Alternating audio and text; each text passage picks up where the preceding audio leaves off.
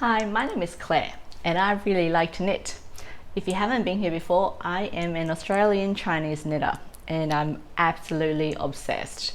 If I'm not cooking or working or doing something with the kids, I'm knitting, which is a lot of the time. I like to make videos about my knitting process. Sometimes it's a vlog taking you through a project from beginning to finish. Sometimes it's a bit more informative. But today I'm going to be talking to you about some of my finished objects and what I'm working on. And I also want to show you how I have been drafting my own patterns, because I have found that I am spending less and less time browsing Ravelry and Instagram. Even though there are lots of beautiful new creations, but the new pattern releases are coming out so quickly and most of them don't look that different. Construction wise, they don't look that different. Most of them are drop shoulder or raglan. They're very easy to design. You can just change color or change stripes or do different color work or some different stitch patterns, and so you can call it a new pattern, which is great. They look great on, but they don't interest me. I don't feel like I would need to knit that right now. What has been drawing my attention is usually different and interesting knitting constructions. For example, Nora Gorn designs. She's hugely underrated, but she does beautiful, interesting constructions. Or I may look at a trendy fashion item out there, a shape that everyone's wearing, and I will create a pattern and knit that. Another way I come up with new ideas is look at the yarns that I have and try and find a pattern or design something that will match the yarn. So, which brings us to the first finished object. I call this my version of the Mew top. Not this side, let's go this side. So I finished this recently. There is a very similar design on Ravelry at the moment called the Mew top, M-I-U. And it's just a very oversized top. It has a very open boat neck that you can wear off the shoulder, one shoulder, and then it cinches in at the waist with a very tight and long ribbing. And I really like the design because, as I mentioned previously in my body shape video, I have narrow shoulders and no bust but wider hips. So I like to make my shoulders wider and cinch in the waist to give me more of a upside down triangle look. And this top is perfect for that. I also like to look on Pinterest, and there are many designs out there at the moment that has this kind of shape with a very loose top and a cinched ribbed waist. So I thought I'll just write something up. This looks simple enough. So I'll pop up a picture of how I worked out this design. I started with the yarn. I really like this yarn. It's a baby soft cashmere from woollyyarn.com in the color Wild Orchid. So it's super soft cashmere. And it was a light fingering weight, so I held 2, which made it a DK. I even knitted a swatch. I know, oh my god. And so I thought, okay, so I know I want a bit of positive ease in the bust area, and the biggest positive ease I would go would be 100 centimeters. So I started off there with 100 centimeters. I know my gauge was 22 stitches. So firstly, I know the width of the chest is 216. Then I started working backwards. Next step, I wanted to know how wide I want the neckline. So I got a tape measure and I just put around my neck from here to here, and then I just adjust around, try and pull it off the shoulder to see if I like that. And the tape measure told me it was 72 centimeters around or 36 centimeters across. Okay, then I take away, then I did some maths. I know that the shoulder strap, I want about 5 centimeters, and then I want a little bit of armhole increase here. And the maths all added up. I have 2 centimeters of armhole increases, 5 centimeters of strap, and 72 centimeters or 36 centimeters of neck. Of course, there was a bit of going back and forth to get the correct number, but I got there. For the 2 centimeters of armhole increase, I also worked out how many increases I want, which is just 4 stitches in total. Super easy. So to knit this top, I started with a contiguous cast on. I thought I'd just knit it top down. I didn't have a lot of yarn. I want to make it long as I can, so I did it contiguously. I cast it on a circle, and then I did increases every single row to what I thought was 5 centimeters. And it was only this much, so it wasn't actually quite 5 centimeters, because when you do increases, this is actually quite tight. but it doesn't matter. I got there in the end. I did 5 centimeters of increases every single row, and then I broke it off for front and back. So I knitted the front, knitted the back, did my underarm increases, joined it in the round, knitted to just under the bust, because that's where I wanted to start cinching in, just under the bust. I made sure the number is divisible by 4, because I'm doing a 2x2 ribbing, and luckily 216 is divisible by 4.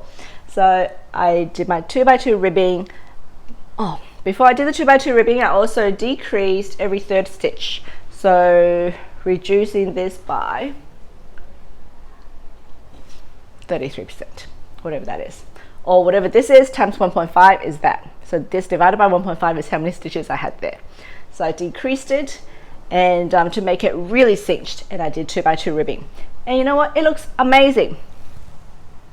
And I knitted all the way up till when I completely ran out of yarn. I think I had like just a couple meters left. So then I did a very stretchy Jenny's bind off, because this needs to be really stretchy to go over my shoulders. It looks fantastic, just the right length. Like, it's still very cropped, but it's just right. But there are a few things that I wish I had modified afterwards. For example, the neckline was actually too wide, because it stretches. So even though this should be 76 or 38, it actually stretches to be much wider. So I did a mattress stitch and closed up about 8 stitches, just to make this close up the neckline a little bit. So now it's much better. And if I were to do it again, I would increase or use a bigger needle from here down, because my belly is a lot bigger than my waist. So it's a little bit firm on the belly here. And I think it'll look a little bit nicer if it comes out a little bit. So this is what I would change next time. I mean, I didn't have any yarn to do that anyway, but I really, really like it. It's so comfortable and it's really easy to knit. Hopefully my explanation made sense. And if you want to knit one of your own, you can use my mats if it made sense to you. The second finished object is the People Sweater by Kineko Design. I'll just put the picture here because it's quite hard to hold up. The People has been on my needle for maybe 2 months. Initially, I was very engaged and I knitted quite a bit, maybe to halfway down the yoke, and I was really focused on it. And then I got distracted and knitted many other projects, and I'll come back to this occasionally. But as I progressed, I was getting towards the end. So this week, in the past week, I dedicated my time and finished the jumper at last, and it's pretty cool. So this jumper is a raglan style. I know I said I don't like raglan, but the cables were just too cute, and I thought I'll just knit it. It's a raglan style from top down. Lots and lots of twisted rib all throughout, with a intricate Celtic looking knot cable through the front, back, and the center of the sleeves. There are lots of increases and decreases to shape the sleeves. The body is boxy, and then but you shape the hem so it comes in, and it's a very high split hem. So I really like it. So it's a very interesting design. It's quite cropped, which is good. I like cropped, remember? And I like a split hem because now it shows off my waist.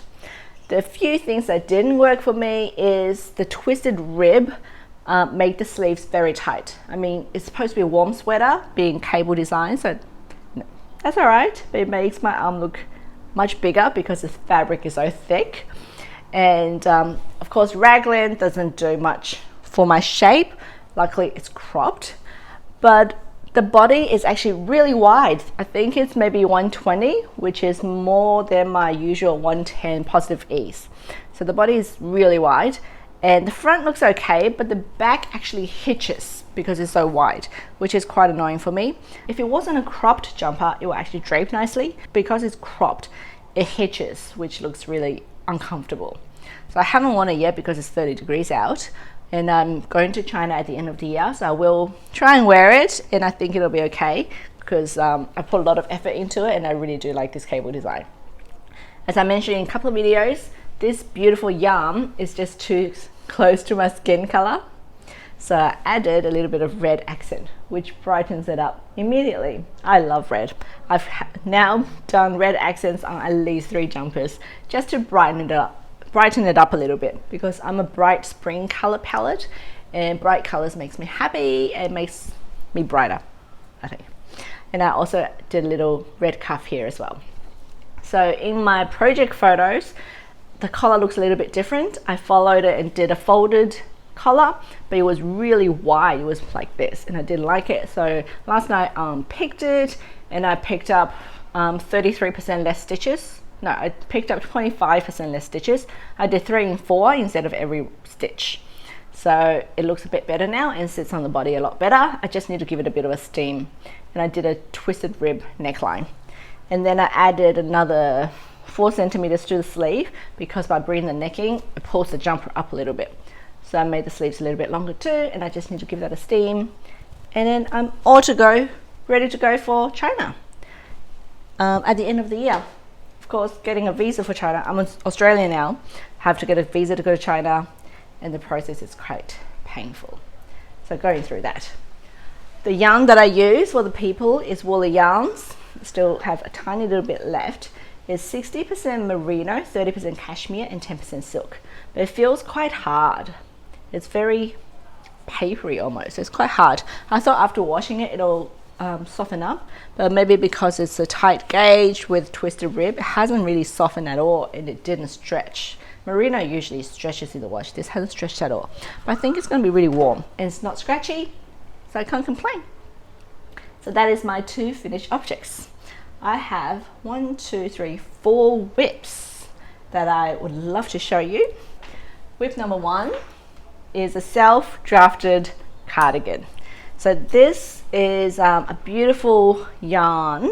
I think it's merino suri. I have to look it up later. So I made a jumper with this beautiful color. It's like, oh, that's a drop stitch. Damn it. Whoop, just found a drop stitch in a big hole. Last year I knitted a simple v-neck jumper with this wool. It's a beautiful wool. That's why I designed a very simple jumper for it.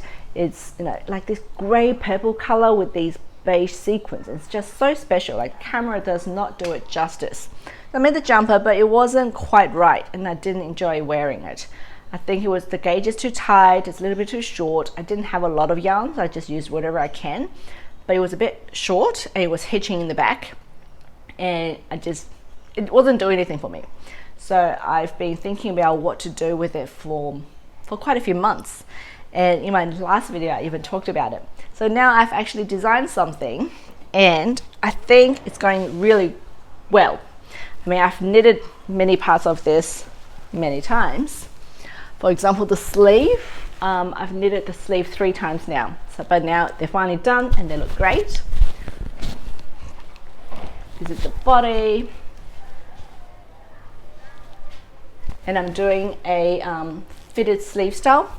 It's not exactly setting. I did pick up and did short rows to shape the sleeve cap. That's why I did it 3 times, to get the right shape of the sleeve cap. So yeah, it looks like a setting sleeve, but it's picked up and short rowed. And I use contrast color for the collars and the cuff. Just want to make sure you can hear me in the microphone. I'm using color contrast because the gray initially, the gray by itself doesn't do much for me. So adding a bit of pink makes it a bit better. I'm going to finish it off with a ribbing and have it slightly cropped so it looks like a bomber. And with the collar, it's going to be folded down here. I've done a little picot edging, if you can see it. There's the picot there. So I've done a picot, I'm going to fold it down, and it's going to look like this. Yeah, you'll see it next episode when it's a bit clearer. Or you can follow me on Instagram, which is where I put most of my updates. But it's going to be a high neck finish, and I'm going to install a zip for the first time ever. It shouldn't be too hard. I've watched quite a few videos on it, and worst comes to worst, mum will come and help me sew it in. But yeah, I'm really looking forward to this. I really like this color combination. This is the pink. This is a pink linen quill from Pearl Soho. And it's like a peachy pink, just really cool. It really brightens up this grey. I was using it for this strawberry shortcake sweater that I didn't continue on because I mentioned this in my knitting for my shapes video. Drop shoulders doesn't feel comfortable on me. I like a setting sleeve. So I've stopped making this, but that was the pink that was here. And it goes perfectly with this grey. So next episode, or if you follow me on Instagram, I will keep you updated on the progress because I think it's going to be cool and very, very warm. Another thing I have just casted on, well, not quite just casted on, I've already done half the body, is this little stripy singlet. So this will be a love child of camisole number 9 and Veronica Lindbergh's Sailor Swift top. It's just going to be a simple singlet with a beautiful stripe.